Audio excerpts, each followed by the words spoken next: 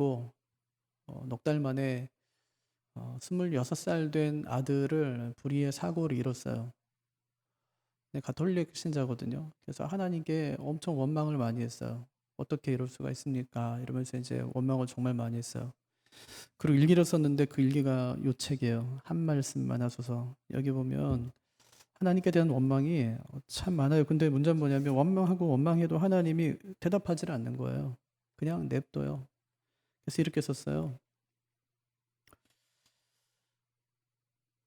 만일 그때 나에게 포악을 부리고 질문을 던질 수 있는 그분조차 안 계셨더라면 나는 어떻게 되었을까? 가끔 생각해 봅니다만 살긴 살았겠죠. 사람 목숨이란 참으로 모진 거니까요. 그러나 지금보다 훨씬 더 불쌍하게 살았으리라는 것만은 환히 보이는 듯합니다. 하나님은 제 아무리 독한 저주에도 애타는 질문에도 대답이 없었고 그리하여 저는 제 자신 속에서 해답을 구하지 않으면 안 되었고 그러기 위해선 아무한테나 응석 부리고 싶은 감정을 억제하고 이성을 회복하지 않으면 안 되었으니까요.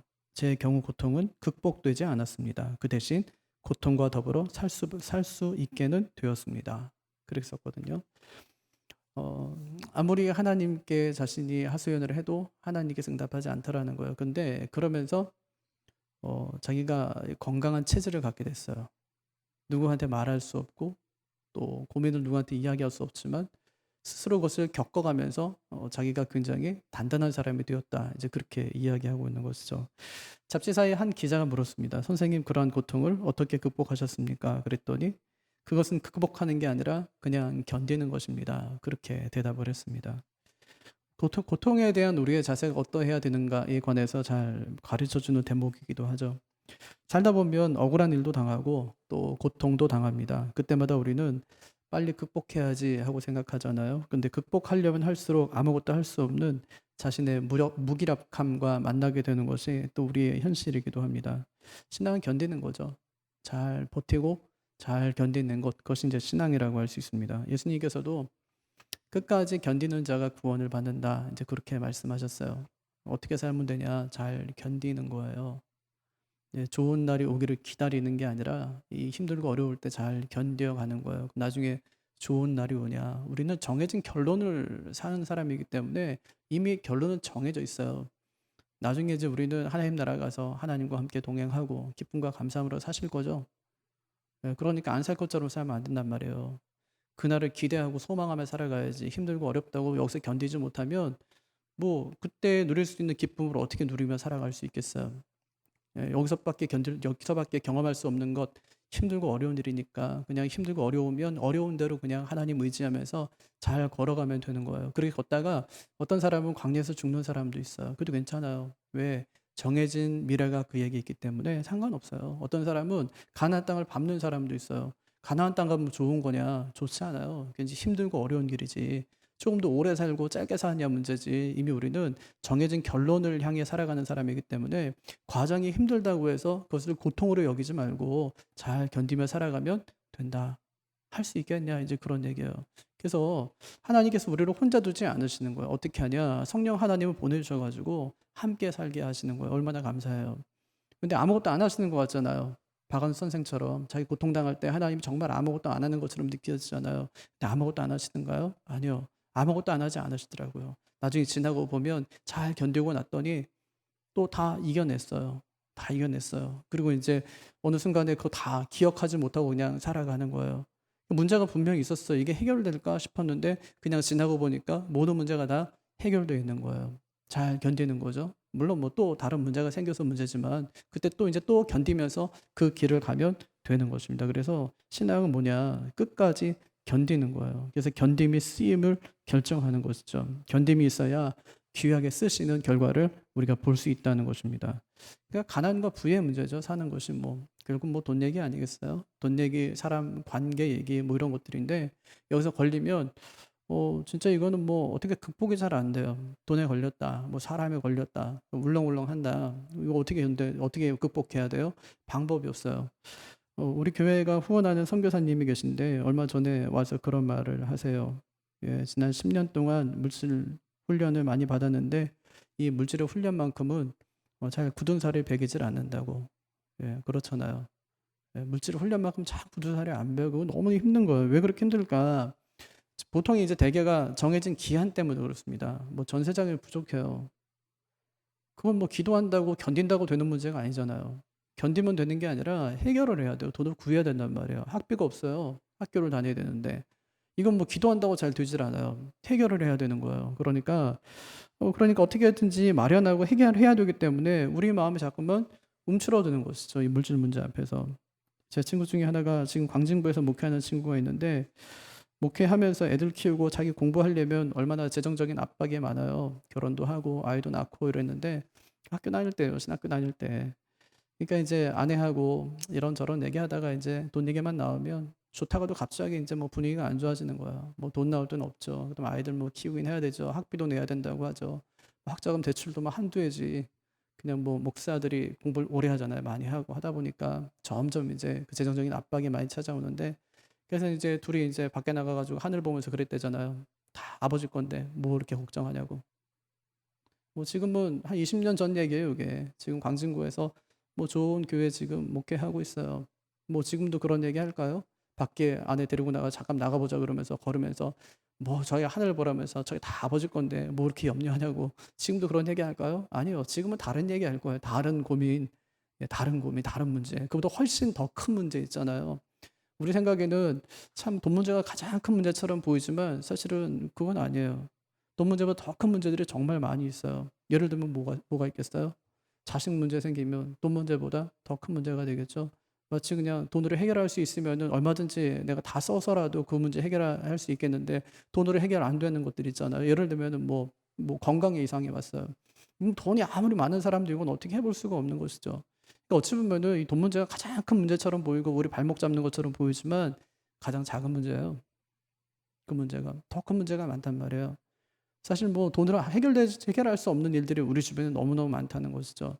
근데 우리는 자꾸만 매여 사는 거예요. 뭐에 매여 살죠? 가장 작은 것에. 그거 없으면 못 살 것처럼. 물론 뭐 없으면 불편하게 살긴 하겠죠. 근데 놀랍게도 살아요.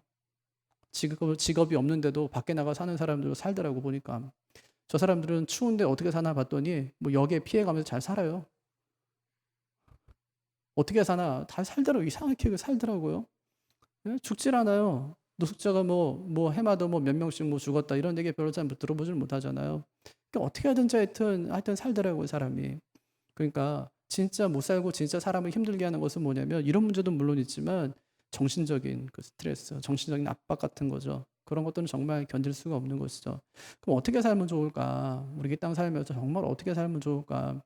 내 마음대로, 내 꾀대로, 내 생각대로, 계획대로 살면 정말 인생이 정말 멋지게 잘 사라질까 하는 거죠. 근데 잠언 기자 계속 논의하는 얘기가 뭐냐면 그걸로 안 된다는 얘기예요. 어떻게 하면 되냐? 하나님 경외하고 그분 의지하며 사는 것이 가장 지혜로운 삶의 방식이라고 이야기하는 것입니다.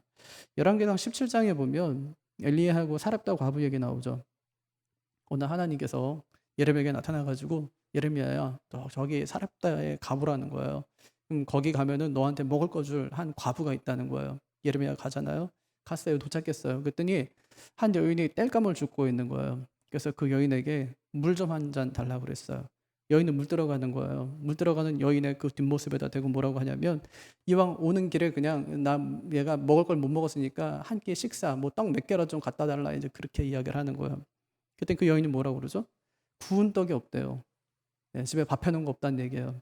근데 집에 쌀 좀 있는데, 그때는 이제 뭐 가루잖아요. 밀가루 조금 있는데 밀가루 요거 그냥 한 움큼하고 기름 몇 방울밖에 없습니다. 이제 그러는 거예요. 그때 엘리야가 뭐라고 그래요? 그거 갖고 떡 해오라는 거예요. 네가 해먹고 아들하고 죽으려고 했던 그 떡 해가지고 나한테 먼저 한 조각 갖고 오고 나머지 둘이 알아서 나눠 먹으라고 이제 그렇게 얘기하는 거예요.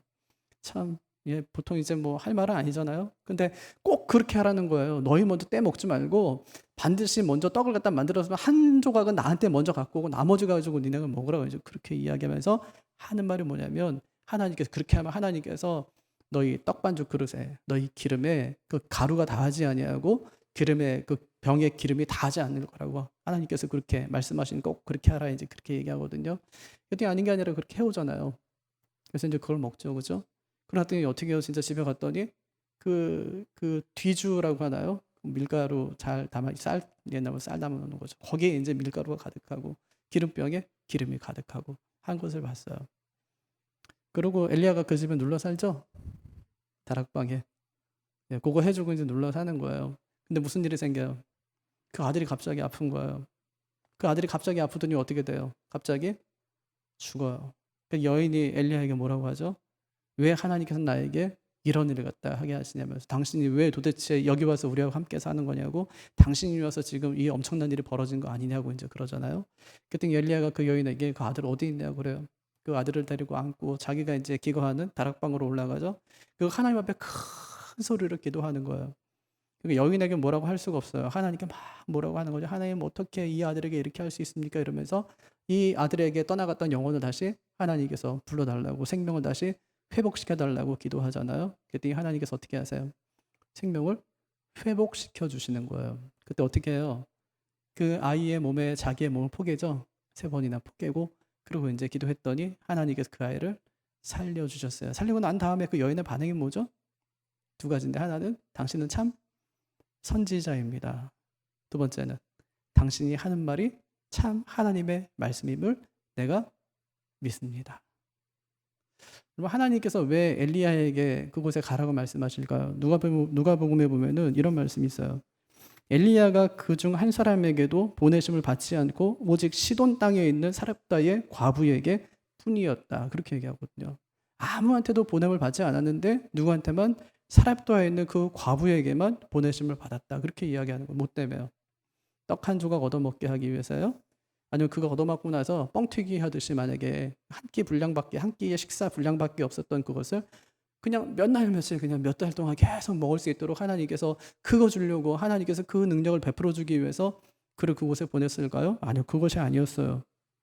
하나님께서 엘리야를 사렙다 과부에게 보내신 것은 이 고백을 듣기 위해서요. 엘리야가 누군지, 그가 전한 말씀이 누구 말씀인지, 그러니까 그 고백을 하기 위해서 이제 보내는 것이죠. 여러분, 우리에게 어려움 닥쳤을 때 하나님께서 우리에게 원하시는 것이 무엇일까요? 하나님이 누구신지를 깨닫게 하는 거예요.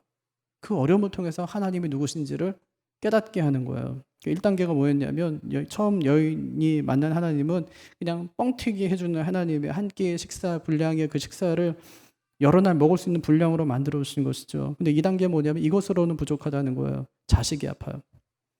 자식이 딱 아프고 나서 보니까 아픈 자식을 보면서 못난 자기 모습이 보였어요. 이 자식이 이렇게 된 것이 내 잘못 때문이 아닌가 하고 자기의 죄를 깨닫게 된 거예요. 3단계는 뭐죠? 그런데 갑자기 그 자식이 죽는 거예요. 그 자식이 죽고 살아나는 과정을 겪으면서 그녀가 비로소 하나님이 누구신지를 알게 돼요. 하나님께서 왜 엘리야를 그곳에 보냈을까요? 그에게 누가 필요하기 때문에? 하나님 필요하기 때문에. 왜 보냈다고요? 그에게서 하나님이 듣고 싶은 말이 있었기 때문에. 그 말이 뭔데요? 하나님이 참 신이라는 거. 그 말을 하나님이 듣고 싶었던 거예요. 그래서 하나님께서 아무에게도 보내지 않았지만 그 여인에게 내가 너를 보냈다, 그렇게 말씀하고 계신 것이죠. 먹고 살게 하기 위해서가 아니에요. 예수님께서 자기는 만나래요. 자기는 양식으로 왔대요. 자기는 고기로 이 땅에 왔다, 그렇게 말씀하세요. 양식도 주고 고기도 주고 다 예수님께 나눠주셨어요. 그거 하려고 오셨을까요? 아니에요. 그럼 뭐예요? 예수님께서 우리를 먹이시는 하나님이라는 거예요. 우리를 구원하시는 메시아라는 거예요. 이거 받아먹고 너희가 그것을 알았으면 좋겠다는 것이죠. 마찬가지예요. 그 여인이 하나님께서 그런 분인 줄 알았으면 처음에 고백했으면 참 좋았겠어요. 몰라요. 뭐라고 하냐면 이제 알았다는 거예요. 죽은 아들이 딱 살아나자마자 이제 알았대. 이제 뭘 알았다는 거예요? 하나님이 누구신지 이제 알았습니다 하고 고백하는 거예요. 우리가 환난 통해서, 고난을 통해서, 고통 통해서 진짜로 우리 알아야 될 것이 무엇일까요? 하나님이 누구신지라는 거예요. 하나님이 누구신지. 그것이 정말 중요하다는 것입니다. 여러분, 인생에는 어려움이 있죠. 한 고비를 넘길 때마다 하나님이 누구신지에 대한 우리의 고백이 더 깊어지는 것입니다. 예전에 미처 몰랐는데 이번에 큰 어려움을 겪고 나서 보니까 하나님이 누구신지를 그제서야 이제 분명히 더 깊이 알게 된다는 것이죠. 그래서 어려움 통해서 깨달아야 될 것이 있다면 내게 하나님은 누구신가 하는 그 사실입니다. 어려울 때 이것을 깨닫지 못하면 그냥 고생만 죽도록 하는 거예요. 시간이 지나면 해결되겠죠. 근데 그것을 깨닫지 못하면 고생만 하고 그 시간을 허비해 버리고 마는 것입니다. 만약에 이것을 깨달으면 어려움 중에 감사가 있고 하나님을 신뢰하며 그 어려움을 극복해 갈 수 있는 것이죠. 그래서 박완선 선생이 고통은 극복하는 것이 아니라 견디는 것입니다. 그렇게 얘기했어요. 느려도 신실하게 살아가는 것이 신자들의 삶이다, 그런 것이죠. 어떻게 극복하면 좋을까요? 여러분 여기 보니까 맨 마지막에 이렇게 썼어요.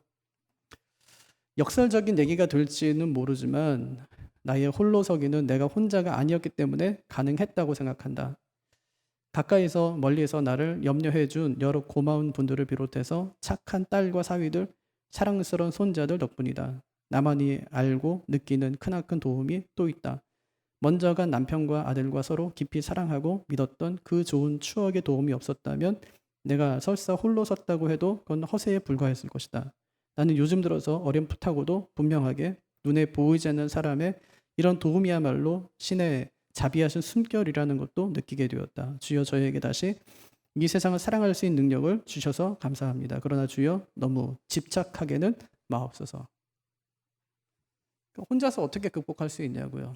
하나님의 도움도 필요하지만 어려울 때는 사실 우리 믿음의 형제 자매들의 도움도 사실 굉장히 필요하고 서로 간의 위로가 되는 것도 사실이라는 것이죠. 또 가족만큼 또 우리를 위로해 줄 사람이 어디 있겠어요.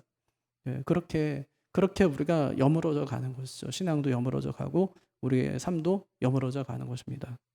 사람들이 인생을 마라톤에 많이 비유하죠. 그래서 마라톤을 할 때 가장 중요한 것은 이 자기 속도를 유지하는 것입니다. 보통 이제 선두 그룹을 형성하고 뭐 중간 그룹도 있고 하위 그룹도 있잖아요. 처음에는 수십 명의 선수가 때려지어서 선두 그룹을 유지하다가 30km쯤 가게 되면 이제 한 반 정도로 준답니다. 그리고 35km쯤 가게 되면 다시 반으로 줄고 그때부터는 이제 경기가 아주 굉장히 흥미로워지는 것이죠. 그래서 마라톤 경기를 보면 처음에 1등 하던 선수가 끝까지 1등 하는 경우는 거의 없어요. 왜 그러냐면 자기 속도에 충실하지 못하고 다른 선수의 속도에 자기 속도를 맞추기 때문에 그렇습니다. 마라톤 선수에게 있어서 가장 중요한 것은 연습한 대로 경기에 임하는 것입니다. 시간과 거리를 생각하면서 경기를 잘 운영해 가는 것이죠. 그럼 저는 인생도 마찬가지라고 생각해요. 자기 속도에 맞춰서 살아야지 우리가 행복한 것이지 다른 사람 따라 살아가면 그건 행복하지가 않아요. 인생에는 나만의 속도가 있다는 거죠. 근데 남이 빨리 걸으니까 나도 빨리 걸어야 될 것 같고 또 내 동기가 이번에 승진했으니까 나도 꼭 승진해야 될 것 같고 하고 이제 생각하니까 마음이 늘 불안해집니다. 등산을 잘하는 방법이 있다네요. 자기 속도를 잘 유지하는 거래요. 빨리 가기 위해서 급히 오르는 사람은 결국 자기 속도에 맞춰서 천천히 올라온 사람에게 반드시 길을 내주고 만답니다. 그래서 서양 속담에 서두르지 말되 멈추지 말라는 말이 있어요. 서두르지는 말되 멈추지는 마라. 자기 속도대로 인생을 살아가면 되는 것이죠. 주님과 느리게 천천히 가면 됩니다. 얼마든지 잘 살아낼 수 있어요. 느린 것처럼 보이지만 자기 속도대로 살아가면 주님의 속도만큼 주님께서는 함께 하시면서 우리의 삶을 인도해 주시는 것이죠. 너무 급하게 살 필요 없어요. 뭐 하려고 그렇게 급하게 살아요. 현대인들이 너무 급하잖아요. 예, 뭐 일 중독되고 그다음에 아이들도 얼마나 힘들고 어렵게 살아요. 전 요즘에 아이들 보면 참 불쌍하다는 생각 많이 들어요. 예, 정말 가장 꽃다운 나이에 가장 진짜 혈기왕성하고 진짜 뭐 자기 에너지를 막 분출하고 살아야 되는데 마스크 쓰고 앉아가지고 하루에 열 몇 시간씩 아이들 학교 갔다 와서 학원 가고 공부하는데 공부하는 애들이 몇 명 될까 싶어요. 걔들이 여러분 공부하는 애들이 몇 명 될까요? 많지는 않을 거예요. 그냥 가야 되니까 가는 거고 또 남들 다 가니까 가는 거고 또 부모님이 그래야 안심하니까 또 가는 거고 가는 거죠, 그죠? 안 됐잖아요. 사회가 안 됐잖아요. 그냥 제 생각에는 100명 중에 한 30명, 40명만 대학 가면 될 것 같은데 지금 80명, 90명이 가니까 너무 진짜 과하잖아요. 공부할 애들만 공부하면 되는데 공부하고 나서 나중에는 엉뚱한 일 하고 살아가니까 공부 굳이 안 해도 괜찮은 일을 하면서도 우리는 공부를 해야 되는 거예요. 얼마나 그것이 좀 이것이 비생산적이고 얼마나 이것이 낭비되는 것이 많은가 하는 생각이 많이 들죠. 그러니까 뭐 학벌이라는 거 이게 빨리 이제 무너져 버려야지. 예, 그래서 뭐 필요에 따라서 어떤 사람은 뭐 하면 되는 거고 뭐 평생 뭐 영어 한마디 안 해도 살아갈 수 있는 사람들이 뭐 하려고 그렇게 영어를 많이 하고 살아갑니까? 외국 사람 한 번도 만나지도 않는데 영어 써먹을 일도 없는데 그 영어는 그냥 잘하는 애들 몇 명이 그냥 뭐 할 애들 쓰면 되는 거고 필요한 사람도 공부하면 되는 건데 예. 근데 약간 좀 과하죠. 모든 게 약간 좀 과하죠. 좀 느리게 살아도 괜찮을 것 같은데 천천히 좀 살아도 괜찮을 것 같은데 하나님께 좀 더 집중하며 살면 될 것 같은데 신앙생활도 그냥 좀 여유 있게 하면 참 좋을 것 같은데 그렇게 하도록 잘 남겨두지를 않는 거죠. 뭔가 좀 급하게 하지 않으면 뭔가 뜨겁지 않으면 식어진 것처럼 보여져서 참 많이 불안해하고 하는 것이 이제 현실이죠. 코로나 기간 오면서 이제 우리가 많이 염려했어요. 교회에서는. 왜냐하면 신앙이 떨어지면 어떻게 할까? 우리 성도들 신앙이 정말 약해지고 나중에 진짜 신앙 밑바닥 보여가지고 교회 안 나오면 어떻게 할까 염려했는데 제가 만나보니까 그건 아닌 것 같아요. 스스로도 그냥 다들 이렇게 조심하고 있는 것 같아요. 조심하려고 안 나오는 거지 신앙이 떨어져서 안 나온 사람들은 없는 것 같더라고요. 그러니까 우리 생각이에요, 그거는. 철저히 우리 생각이고 하나님께서 오늘까지 붙드시고 하나님께서 인도하시고 역사하셨는데 뭐 그 자리에서 현장 속에서 또 하나님께 역사하시면서 하루하루 살아가게 되는 거죠. 그런 현실이고 상황이니까 또 어쩔 수 없이 이제 가정에서 머물면서 기도하고 또 예배하고 그렇게 해왔던 것이죠. 참 새로운 경험이지만 다시 한번 우리 자신을 돌아볼 수 있는 기회가 된 것 같아요. 우리 교회가 뭔가를 잘했기 때문에 그 사람의 신앙이 좋아지고 그런 것 아니잖아요. 하나님께서 함께 하신 것이고 또 앞으로 하나님께서 또 함께 하실 것이고 이 어려움을 통해서 하나님이 누구신지를 정확하게 알아갈 수 있는 기회를 아마 우리에게 주신 것이 아닐까 이런 생각이 들어요. 어려운 일 만났을 때 반드시 기록하십시오. 그 어려운 일을 통해서 우리가 어떤 결과를 창출해내느냐가 참 중요한데 그 어려운 일을 딱 맞닥뜨렸을 때 하나님이 누구신지를 거기서 빨리 발견할 수 있어야 돼요. 하나님이 누구신지 하나님이 어떤 분이신지 거기서 발견해내야지 우리의 어려움을 잘 극복하며 살아갈 수가 있어요. 만약에 근데 거기서 이제 하나님이 발견되지 못하게 됐다 그러면 만약에 어려움만 계속 이제 생겨졌다고 하면 그러면 이제 거기서는 어려움에 이제 자기가 파묻혀서 헤어나올 수 없는 그 어려운 시기를 자기가 또 이제 보내야 되게 되는 것이죠. 예, 그래서 서두르지 않으면 사실 뭐 걱정할 게 없어요. 어떻게 살면 될까요? 우리가 늘 찬송하는 것처럼 주의 인도하심 따라 어디든지 주를 따라 주와 함께 또 주와 같이 가려내 주의 인도하심 따라 어디든지 주를 따라 이렇게 살아가면 되는 거예요. 주님의 보폭에 맞춰서 사는 것이 은혜죠. 느려도 신실하게 사는 것이 큰 축복입니다. 20절에 보면 충성된 자는 복이 많아도 속히 부하고자 하는 자는 형벌을 면치 못하리라 그렇게 말씀합니다. 여기서 충성된 자는 하나님의 말씀에 충성한 사람을 말해요. 하나님의 말씀에 충성하는 사람. 그래서 말씀대로 사는 사람은 느리게 보여도 그 사람이 복이 있다 그렇게 말씀하신 거죠. 여러분 천천히 살면 돼요. 자꾸 서두르니까 불화가 생기는 것이죠. 천천히 생각하고 느려도 신실하게 살아가면 반드시 하나님이 주시는 복을 마음껏 누릴 수 있는 거예요. 하루를 바쁘게 살았어요. 가정에 돌아갔어요. 근데 가정에서는 막 바쁘게 분주하게 살면 돼요, 안 돼요? 그러면 안 돼요. 가정에서는 어떻게 해야 돼요? 탁 내려놓고 살아야죠. 안식처니까. 교회 왔어요. 바쁘게 살다가 일주일에 내내 바쁘게 살다가 교회 왔어요. 그럼 교회에서 어떻게 살아야 돼요? 막 바쁘게 막 돌아가야 돼요? 성경 읽을 시간, 기도할 시간 없이 막 교회에서 막 분주하게 막 바쁘게 돌아가야 돼요? 아니요. 교회에서는 탁 내려놔야죠. 주 안에서 누리는 안식이 있어야죠. 일하지 않기 때문에 안식하지 못하는 거 아니에요.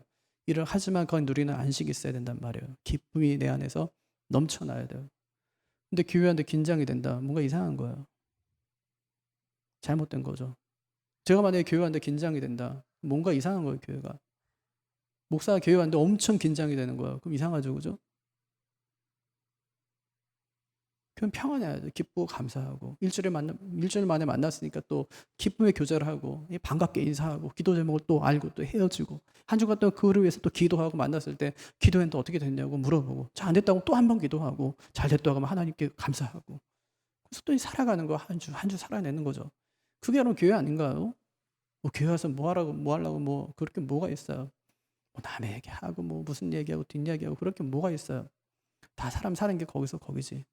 남의 얘기할 거 하나도 없더라고. 왜냐하면 우리 집도 다 똑같은 문제 갖고 살아요. 그 사람은 나나 똑같아요. 내 자식 욕하는 거 내가 듣기 제일 싫죠?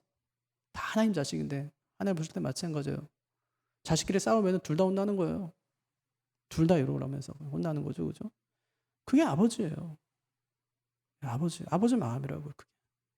그러니까 어떻게 하면 교회 행복할 수 있냐? 기쁘게 승인하라 기쁘게. 맞아, 기쁘게 신앙생활 하면 되는 거예요. 저는 우리 교회가 그런 교회 좀 됐으면 좋겠어요. 제 마음에 소원이 다른 거 하나도 없어요. 큰 교회 되고 막 예? 제가 뭐 좋은 차 타고 다니고 한 개도 없어요. 진짜 뭐 1%도 없어요. 그런 마음이. 자, 그래서 뭐 구리에서 막 소문난 교회 되고 막 차고 넘치고 이런 마음 진짜 요만큼도 없어요. 내가 막 이름 나고 이런 거 진짜 요만큼도 없어요. 그 뭐냐면 우리 성도들 와가지고 좀 행복했으면 좋겠어요. 기쁘게 신앙생활 해야죠. 기쁘게 즐겁게 그냥 행복하게. 아무한테나 그냥 내가 기도 제목을 이야기해도 다 받아주고 그냥 함께 기도할 수 있는 그런 사람들이 많아져야죠. 어떤 교회는 150명 뽑는다더라고요. 거기 들어가려면 엄청 기다려야 줄 서갖고. 그런 교회가 있더라고, 미국에. 150명 뽑아요. 그래서 누가 죽으면 이제 한 자리 나는 거야. 절대 안 나간대, 거기. 죽으면 한 자리 나는데 대기자가 엄청 많아요. 번호표 받아갖고 대기한 사람이 그 교회 들어오려고. 왜 그러겠어요? 다들 그런 좋은 교회 다니고 싶잖아요. 다들 그런 좋은 교회 다니고 싶죠, 그죠? 150명인데 1년 예산이 23억이에요. 한 사람이 1억씩, 1억, 2억씩 내야 돼, 1년에.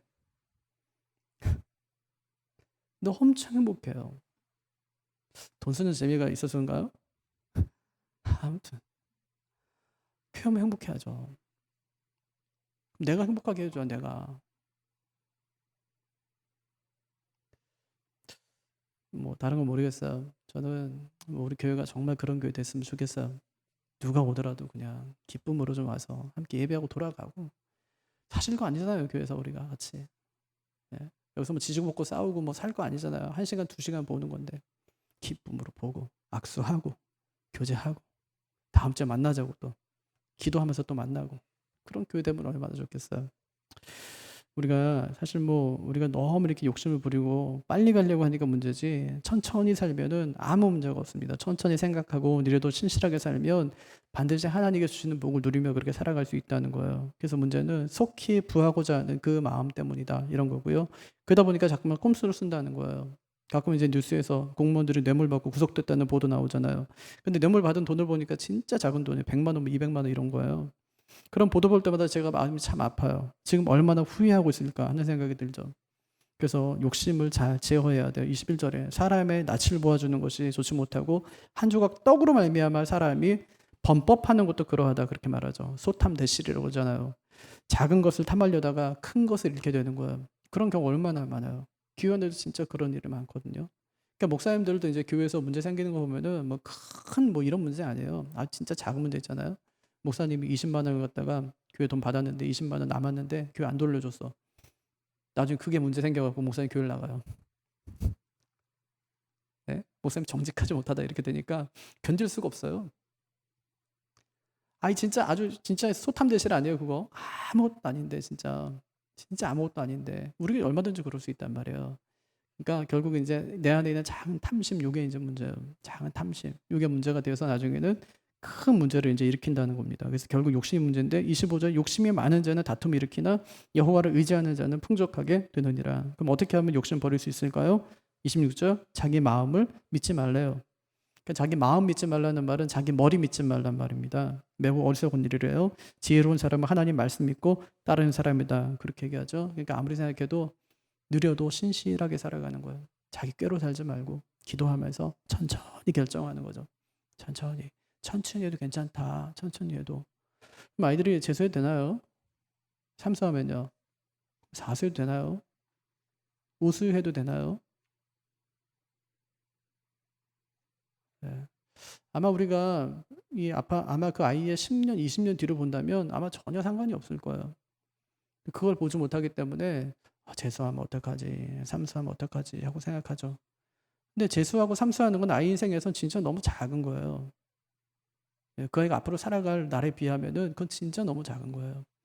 아이한테 한 번 더 기회를 갖게 하고 또 한 번 더 기회를 갖게 하는 거는 부모 입장에서 힘든 거지. 아이들도 물론 힘들지만 근데 아이에게는 아주 좋은 기회가 될 수 있는 거죠. 느려도요. 천천히 갈 수 있는 법을 아이에게 가르쳐 주면 그 아이가 그 시간 동안에 하나님 의지하는 법을 더 많이 배울 수 있을 거예요. 부모가 뒤에서 믿어주고 같이 기도하면서 그를 같이 해준다면 아마 아이는 그 안에서 성장하겠죠. 신앙적으로 성장하고 자기 생각도 성장하고 그렇게 되겠죠.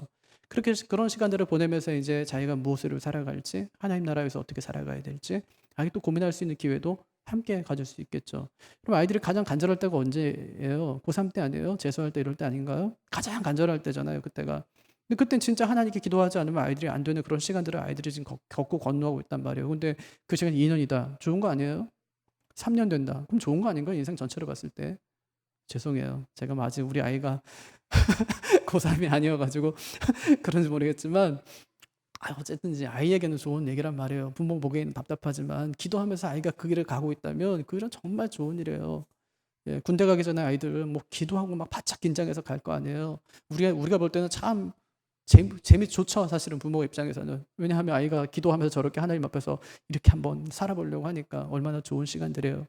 그러니까 아이들에게 좀 느려도 괜찮다, 천천히 가도 괜찮다, 하나님 의지하는 법을 잘 배웠으면 좋겠다. 하나님이 광야길을 40년이요 40일 아니라요, 열하루 만에 갈 수 있는 길을 40일 아니라 40년 동안 돌리신 것은 이유가 있어요. 느려도 괜찮다는 거예요, 천천히 가도 괜찮다는 거예요. 다만 신실하게 갈 것을 하나님께서 그들에게 요구하신 거예요.